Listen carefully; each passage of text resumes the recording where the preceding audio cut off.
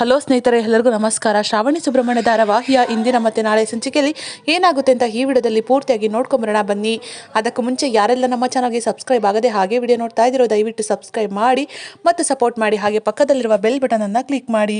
ಸಂಚಿಕೆಯಲ್ಲಿ ಮೊದಲಿಗೆ ನಂದಿನಿ ಅವರಿಗೆ ಸುಬ್ಬು ಮನೆಯಲ್ಲಿ ತುಂಬಾ ಅವಮಾನ ಆಗಿರುತ್ತೆ. ಆಗ ಶ್ರಾವಣಿ ಅವರು ನಂದಿನಿ ಅವ್ರನ್ನ ತಪ್ಕೊಂಡು, ಅಮ್ಮ ದಯವಿಟ್ಟು ನನ್ನನ್ನು ಕ್ಷಮಿಸ್ಬಿಡಿ, ನೀವು ಈ ಮನೆಗೆ ಬಂದಾಗಿಂದ ನಿಮ್ಮ ಬಗ್ಗೆ ಏನೇನೆಲ್ಲ ಮಾತಾಡ್ತಿದ್ದಾರೆ, ನಿಮಗೆ ಎಷ್ಟೆಲ್ಲ ಅವಮಾನ ಆಗ್ತಿದೆ, ಯಾಕಮ್ಮ ಅಷ್ಟೆಲ್ಲ ಮಾತಾಡ್ತಿದ್ರು ಕೂಡ ನೀವೇನು ಮಾತಾಡದೆ ಸುಮ್ಮನೆ ಇರ್ತಿದ್ದೀರಾ, ನೀವು ನಿಮ್ಮ ಬಗ್ಗೆ ಆ ರೀತಿ ಮಾತಾಡಿದಾಗ ಧ್ವನಿ ಎತ್ತಿ ಮಾತಾಡಬೇಕು, ನಿಮ್ಮ ಪರ ನೀವೇ ನಿಲ್ಲಬೇಕು, ನಿಮ್ಮ ಸ್ವಾಭಿಮಾನಕ್ಕೆ ಧಕ್ಕೆ ಆಗ್ತಿದೆ ಅಂತ ಅಂದರೂ ಕೂಡ ನೀವು ಮಾತಾಡದೆ ಸುಮ್ಮನೆ ಆಗ್ಬಿಟ್ರೆ ಹೇಗೆ ಅಮ್ಮ ಅಂತ ಹೇಳ್ತಾರೆ. ಆಗ ನಂದಿನಿ ಅವರು ಏನು ಮಾಡಲಿ ಕೂಸೆ, ಮಾತಾಡೋರು ತುಂಬ ಮಾತಾಡ್ತಾನೆ ಇರ್ತಾರೆ, ಹಾಗಂತ ನಾನು ಅದಕ್ಕೆ ಕಿವಿ ಕೊಟ್ಕೊಂಡು ಕೂತ್ಕೊಳ್ಳೋದಕ್ಕಾಗುತ್ತಾ ಏನೋ ಅಂತ ಹೇಳ್ತಾರೆ.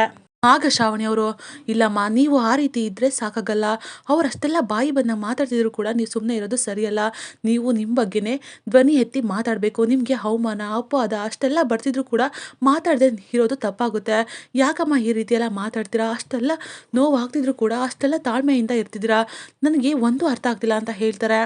ಆಗ ನಂದಿನಿ ಅವರು, ಹೌದು ಕೂಸೆ, ನನಗೂ ಕೂಡ ಈ ಅಪವಾದ ಅವಮಾನ ಇದನ್ನೆಲ್ಲ ಸಹಿಸ್ಕೊಂಡಂಥವಳೆ ಅಲ್ಲ, ಎಲ್ಲನೂ ಕೂಡ ಸರಿ ಹೋಗಬೇಕು ಅಂತಲೇ ಸಹಿಸ್ಕೊಂಡು ಬಂದಿದ್ದಕ್ಕೆ ನನ್ನ ದಾರಿ ಇಲ್ಲಿರೋದು ಅಂತ ಹೇಳ್ತಾರೆ. ಆಗ ಶ್ರಾವಣಿಯವರು, ಅಮ್ಮ ಏನು ಹೇಳ್ತಾ ಇದ್ದೀರಾ, ಒಂದು ಅರ್ಥ ಆಗ್ತಿಲ್ಲ ಅಂತ ಹೇಳ್ತಾರೆ. ಕೂಸೆ, ಇದು ನಿನಗೆ ಇವಾಗ ಅರ್ಥ ಆಗಲ್ಲ, ಅಪವಾದಗಳು ಅನುಮಾನಗಳು ಅವಮಾನಗಳು ದೂರ ಆಗಬೇಕು, ಜೊತೆಗೆ ನಾನು ಏನು ಅಂತ ನಾನು ಯಾರು ಅಂತ ಸಾಬೀತುಪಡಿಸ್ಕೊಳ್ಳೋಂಥ ಸಮಯ ಬರಲೇಬೇಕು, ಅಲ್ಲಿವರೆಗೂ ನಾನು ಕಾಯಲೇಬೇಕು, ಅದಕ್ಕೋಸ್ಕರ ಹೀಗಿದ್ದೀನಿ, ನೀನೇನು ತಲೆ ಕೆಡಿಸ್ಕೊಬೇಡ ಮಗಳೇ ಅಂತ ಹೇಳಿ ಅಲ್ಲಿಂದ ಹೋಗ್ಬಿಡ್ತಾರೆ. ಆಗ ಶ್ರಾವಣಿಯವ್ರಿಗಂತೂ ಏನೂ ಅರ್ಥ ಆಗಲ್ಲ, ಅಲ್ಲ ಮಾವ ಇವ್ರು ಏನು ಈ ಥರ ಮಾತಾಡ್ತಾರಲ್ಲ, ಅಷ್ಟೆಲ್ಲ ಅವಮಾನ ಆಗ್ತಿದ್ರು ಸುಮ್ಮನೆ ಇದ್ರು, ಮುಖದಲ್ಲಿ ತಾಳ್ಮೆ ಎದ್ದು ಕಾಣಿಸ್ತಾ ಇತ್ತು, ಮನಸ್ಸಲ್ಲಿ ಕೆಂಡ ಕುದಿತಾ ಇದ್ರು ಕೂಡ ಏನು ಮಾತಾಡದೆ ಸುಮ್ಮನೆ ಆಗ್ಬಿಟ್ರು, ಇವ್ರೇನೋ ಒಂಥರ ನನಗೆ ವಿಶೇಷ ಅಂತ ಅನ್ನಿಸ್ತಾರೆ ಮಾವ, ಅವ್ರು ಹೇಳಿದ ಮಾತುಗಳು ನಿಮ್ಗೇನಾದರೂ ಅರ್ಥ ಆಯ್ತಾ ಅಂತ ಕೇಳ್ತಾರೆ. ಆಗ ಬದ್ದವರು, ಇಲ್ಲ ಶ್ರಾವಣಿ ಅಮ್ಮವ್ರೆ ಏನೂ ಅರ್ಥ ಆಗಿಲ್ಲ, ಸರಿ ಬನ್ನಿ ಅಂತ ಹೇಳ್ಬಿಟ್ಟು ಶ್ರಾವಣಿಯವ್ರನ್ನ ಕರ್ಕೊಂಡು ಹಾಲ್ಗೆ ಅಂತ ಹೋಗ್ತಾರೆ. ಆಗ ಕಾಂತ ಮನ್ಗಂಡ ಇದ್ದವರು, ನನಗೆ ಎಷ್ಟೆಲ್ಲ ಅವಮಾನ ಆಗ್ತಿದೆ, ನಾನು ಮಾತ್ರ ಸುಮ್ಮನೆ ಇರಲ್ಲ, ಇದಕ್ಕೆ ತಕ್ಕನಾಗಿ ನಾನು ಎಲ್ರಿಗೂ ಕೂಡ ಪಾಠ ಕಲಿಸ್ತೀನಿ, ನಾನು ಮಾತ್ರ ಸುಮ್ಮನೆ ಇರಲ್ಲ, ಆ ಕಾರ್ತಿಕೇಯ ಸುಬ್ರಹ್ಮಣ್ಯ ನನ್ನ ಹೆಂಡ್ತಿನ ಕರ್ಕೊಂಡು ಎಲ್ಲೋಗ್ಬಿಟ್ಟ, ಏನಾದರೂ ನನ್ನ ಹೆಂಡ್ತಿ ಕತೆ ಮುಗಿಸ್ಬಿಟ್ನ ಏನೋ ಅಂತ ಹೇಳ್ತಾ ಇರ್ತಾರೆ. ಏನು ಮಾವ ಏನು ಮಾತಾಡ್ತೀರಾ ಅಂತ ಧನಲಕ್ಷ್ಮಿ ಅವರು ಕೂಡ ಮಾತಾಡ್ತಿದ್ದಾರೆ. ಅಷ್ಟರಲ್ಲಿ ಸುಬ್ಬು ಅವ್ರು ಬರ್ತಾರೆ. ಏನು ಮಾವ ಏನೋ ಮಾಡ್ತೀನಿ ಅಂತ ಹಾರಾಡ್ತಿದ್ರಿ ಕೂಗಾಡ್ತಿದ್ರಿ, ಅದೇನು ಅಂತ ಹೇಳಿ ನನ್ನ ತಮ್ಮ ಬಂದಲ್ವಾ ಅಂತ ಹೇಳ್ತಾರೆ. ಆಗ ಏನು ಮಾತಾಡದೆ ಕಾಂತಮ್ಮನ ಗಂಡ ಸುಮ್ಮನಾಗ್ಬಿಡ್ತಾರೆ. ಅಷ್ಟರಲ್ಲಿ ಕಾಂತಮ್ಮವ್ರು ಕೂಡ ಬರ್ತಾರೆ. ನೋಡು ಕಾರ್ತಿಕೇಯ, ನಾನು ನಿರ್ಧಾರ ಮಾಡಿದ್ದೀನಿ, ನಾನು ಈ ಮನೆಯಲ್ಲೇ ಇರ್ತೀನಿ ಅಂತ ಹೇಳ್ತಾರೆ. ಅದನ್ನು ಕೇಳ್ಬಿಟ್ಟು ಎಲ್ಲರಿಗೂ ಕೂಡ ಆಶ್ಚರ್ಯ ಆಗುತ್ತೆ, ಕಾಂತಮ್ಮ ಏನು ಈ ಥರ ಮಾತಾಡ್ತಾರಲ್ಲ ಅಂತ ಎಲ್ಲರೂ ಯೋಚನೆ ಮಾಡ್ತಾ ಇರ್ತಾರೆ. ಆಗ ಕಾಂತಮ್ಮನ ಗಂಡ ಇದ್ದವರು, ಹೇ ಕಾಂತು ಏನು ಮಾತಾಡ್ತಿದ್ಯಾ, ನನಗೆ ಇಷ್ಟೆಲ್ಲ ಅವಮಾನ ಆಗಿದೆ, ಇಷ್ಟೆಲ್ಲ ನೋವಾಗಿದೆ, ಬೇಜಾರಾಗಿದೆ, ಈಗಿರಬೇಕಾದ್ರೆ ನೀನು ಈ ಮನೆಯಲ್ಲೇ ಇರ್ತೀನಿ ಅಂತ ಹೇಳ್ತಾ ಇದೆಯಲ್ಲ, ಯಾಕೆ ಕಾಂತು ಅಂತ ಕೇಳ್ತಾರೆ. ಆಗ ಕಾಂತಮ್ಮವರು, ಮುಚ್ಚ್ರಿ ಬಾಯ್ನ ನೀವು, ನೋಡಿ ಜಾಸ್ತಿ ಮಾತಾಡಬೇಡಿ, ನಾನು ಈ ಮನೆಯಲ್ಲೇ ಇರ್ತೀನಿ, ಅದಕ್ಕೆ ನೀವಿನ್ನ ಈ ಮನೆ ಬಿಟ್ಟು ಹೊರಡಬೇಕು ಅಷ್ಟೇ ಅಂತ ಹೇಳ್ತಾರೆ. ಏನು ಹೇಳ್ತಾ ಇದ್ದಾರೆ ಕಾಂತಮ್ಮ ಅವರು ಅಂತ ವಿಶಾಲಾಕ್ಷಿ ಕೇಳ್ತಾರೆ. ಅದನ್ನು ನಾನು ಹೇಳ್ತೀನಿ, ಯಾಕೆ ಅಂತಂದರೆ ಕಾರ್ತಿಕೇಯ ಇದನ್ನಲ್ಲ ನನ್ನ ಗಂಡನ್ನ ಗಡಿಪಾರು ಮಾಡಿದ್ದಾನೆ, ಅದಕ್ಕೋಸ್ಕರ ಈ ಮನೆಯಿಂದ ಅವರು ಹೊರಡಬೇಕು ಅಂತ ಹೇಳ್ತಾರೆ. ಅದನ್ನ ಕೇಳಿ ಎಲ್ಲರಿಗೂ ಕೂಡ ಶಾಕ್ ಆಗುತ್ತೆ. ಆಗ ಕಾಂತಮ್ಮರು, ಆದರೆ ಕಾರ್ತಿಕೇಯ ನನಗೂ ಕೂಡ ಹೇಳ್ದ, ನಿಮ್ಮ ಕೈಯಲ್ಲಿ ಆಗೋಲ್ಲ ಅಂದರೆ ನೀವು ಕೂಡ ಮಾವನ ಜೊತೆ ಕಾಶಿಗೆ ಹೋಗ್ಬೋದು ಅಂತ ಹೇಳಿದ್ದಾನೆ, ಆದರೆ ನಾನು ಮಾತ್ರ ಹೋಗಲ್ಲ, ನನಗೆ ಈ ಮನೆನೇ ಕಾಶಿ, ನನಗೆ ಈ ಮನೆನೇ ವಾಸಿ, ಈ ಮನೆ ನನಗೆ ಸ್ವರ್ಗ ಇದ್ದಂಗೆ, ಅದಕ್ಕೆ ನಾನು ಮಾತ್ರ ಹೋಗಲ್ಲ, ನಮ್ಮ ಮಾವ ಮಾತ್ರ ಹೋಗ್ತಾರೆ ಅಂತ ಹೇಳ್ತಾ ಇರ್ತಾರೆ. ಆಗ ಕಾಂತಮ್ಮನ ಗಂಡ ಇದ್ದವರು, ಏನು ನಾನು ಈ ಮನೆ ಬಿಟ್ಟು ಹೋಗ್ಬೇಕಾ, ಏನಪ್ಪ ಈ ಥರ ಮಾತಾಡ್ತಿದ್ಯಾ ಬೀಗ್ರೆ, ನೀವಾದರೂ ಹೇಳಿ ನಿಮ್ಮ ಮಗ ನನ್ನ ಮನೆ ಬಿಟ್ಟು ಹೋಗು ಅಂತ ಹೇಳ್ತಾ ಇದ್ದಾನೆ ಅಂತ ಹೇಳ್ತಾರೆ. ಆಗ ಪದ್ದವರು, ಅವನಾಗವತ್ತಿಗೆ ಗೌರವದಿಂದ ಮನೆ ಬಿಟ್ಟು ಹೋಗು ಅಂತ ಹೇಳ್ತಿದ್ದಾನೆ, ನಾನೇನಾದರೂ ಆಗಿದ್ರೆ ಬೇರೆ ಥರನೇ ಹೇಳ್ತಾ ಇದೆ ಅಂತ ಹೇಳ್ತಾರೆ. ಅಲ್ಲ ಕಣಮ್ಮ ಧನಲಕ್ಷ್ಮಿ, ನಿಮ್ಮ ಮಾವಂಗೆ ಇಷ್ಟೆಲ್ಲ ಅವಮಾನ ಆಗ್ತಿದೆ ಅಂತ ಅಂದಮೇಲೆ ನೀನು ಸುಮ್ಮನೆ ಇದೆಯಲ್ಲಮ್ಮ, ನಾನು ಮನೆ ಬಿಟ್ಟು ಹೋಗ್ಬೇಕಾ ಅಂತ ಹೇಳ್ತಾರೆ. ಮಾವ ರೂಪಾರು ಗೌರವ ಇದೆಯೇನೋ ಅದನ್ನು ಉಳಿಸ್ಕೊಂಡು ದಯವಿಟ್ಟು ಹೊರಡಿ ನೀವು ಅಂತ ಹೇಳ್ತಾರೆ. ಆಗ ಕಾಂತಮ್ಮನ ಗಂಡ ಇರೋ, ಅಲ್ಲ ವಿಶಾಲಾಕ್ಷಮ್ಮ ನೀವಾದರೂ ಮಾತಾಡಿ ಅಂತ ಹೇಳ್ತಾರೆ. ನಮ್ಮ ಮನೆಯಲ್ಲಿ ತುಂಬ ತಾಳ್ಮೆ ಇರೋದು ಅಂತ ಅಂದರೆ ಅದು ಸುಬ್ರಹ್ಮಣ್ಯಂಗೆ ಮಾತ್ರ, ಅವನೇ ಈ ರೀತಿ ಹೇಳ್ತಾ ಇದ್ದಾನೆ ಅಂತಂದರೆ ಅವನ ನಿರ್ಧಾರ ಕರೆಕ್ಟ್ ಆಗಿದೆ, ನೀವಿನ್ನ ಹೊರಡ್ಬೋದು ಅಂತ ಹೇಳ್ತಾರೆ. ಆಗ ಶ್ರಾವಣಿಯವರು, ಅಲ್ಲ ಸುಬ್ಬು ನೀನು ಇನ್ನೊಂದ್ಸಲ ಯೋಚನೆ ಮಾಡ್ಬೋದೇನೋ ಅಂತ ಹೇಳ್ತಾರೆ. ಆಗ ಸುಬ್ಬು ಅವರು, ನೋಡಿ ಮೇಡಮ್, ನಾನು ಯೋಚನೆ ಮಾಡಿನೇ ನಿರ್ಧಾರ ತೊಗೊಂಡಿರೋದು, ನನ್ನ ನಿರ್ಧಾರ ಸರಿಯಾಗೇ ಇದೆ, ಈ ಮನೆಯಲ್ಲಿ ಒಬ್ರಿಗೊಬ್ರು ಗೌರವ ಕೊಡಬೇಕು, ಪ್ರೀತಿಯಿಂದ ಇರಬೇಕು, ತುಂಬ ಕಲ್ಮಶ ಇಟ್ಕೊಂಡಿರೋರಿಗೆ ಯಾವುದೇ ಕಾರಣಕ್ಕೂ ಜಾಗ ಇಲ್ಲ, ಈ ಮನೆಯಲ್ಲಿ ಮಗು ಬೆಳೀತಾ ಇದೆ, ಅದು ಎಲ್ಲರೂ ಕೂಡ ಅರ್ಥ ಆಗಿರಬೇಕು, ಸಂಬಂಧಗಳಿಗೆ ಬೆಲೆ ಕೊಡಬೇಕು, ಆ ರೀತಿ ಇರೋರಿಗೆ ಮಾತ್ರ ಜಾಗ ಅಂತ ಹೇಳ್ತಾರೆ.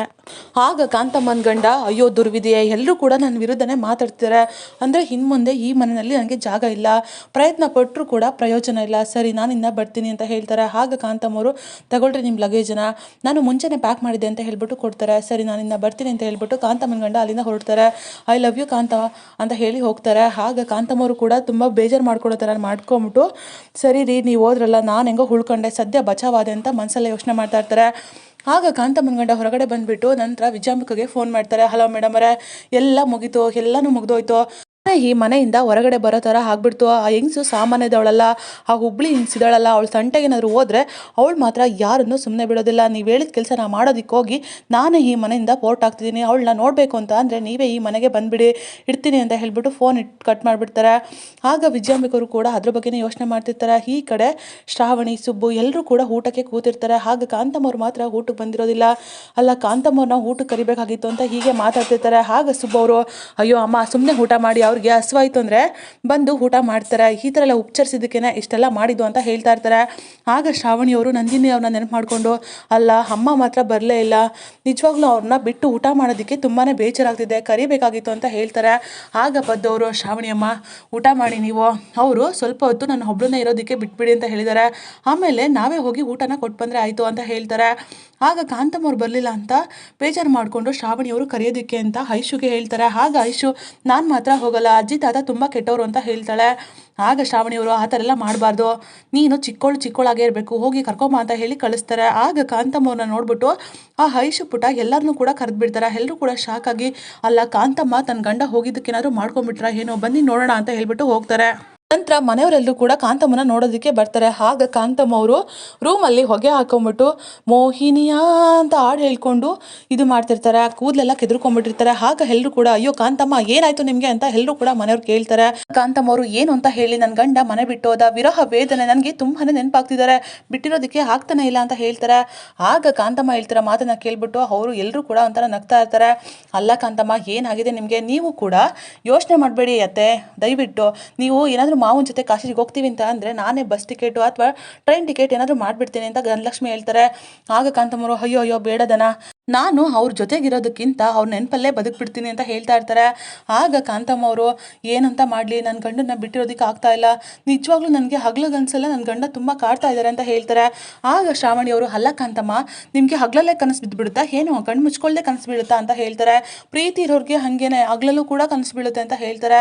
ಆಗ ಕಾಂತಮ್ಮನ ಕತೆನ ನೋಡೋಕ್ಕಾಗದೆ, ಸರಿ ಆಯಿತು ಬಿಡಿ ಅಂತ ಹೇಳ್ತಾರೆ. ಆಗ ಕಾಂತಮ್ಮರು, ಸರಿ ನಾನು ಇವಾಗ ಡಿಪ್ರೆಷನ್ಗೆ ಹೋಗ್ತೀನಿ, ನನ್ನ ಗಂಡನ ನೆನಪು ಮಾಡಿಕೊಂಡು ಅಂತ ಹೇಳ್ತಾರೆ. ಆಗ ಧನಲಕ್ಷ್ಮಿಯವರು, ಅತ್ತೆ ಹುಷಾರು, ದಾರಿನಲ್ಲಿ ಏನಾದರೂ ಸಿಕ್ಬಿಟ್ಟತ್ತೋ, ಏನಾದರೂ ತೊಂದರೆ ಆಗ್ಬಿಟ್ಟದೋ, ನೀರ್ಗೀರು ತಾಂಡೋಗ್ರಿ, ಸುಸ್ತಾಗ್ಬಿಟ್ಟಿರ ಅಂತ ಹೇಳ್ತಾರೆ. ಆಗ ಕಾಂತಮ್ಮವರು ಮತ್ತೆ ಮೋಹಿನಿ ಅಂತ ಹಾಡು ಹೇಳ್ಕೊಂಡು ರೂಮ್ಗೆ ಹೋಗ್ತಾರೆ.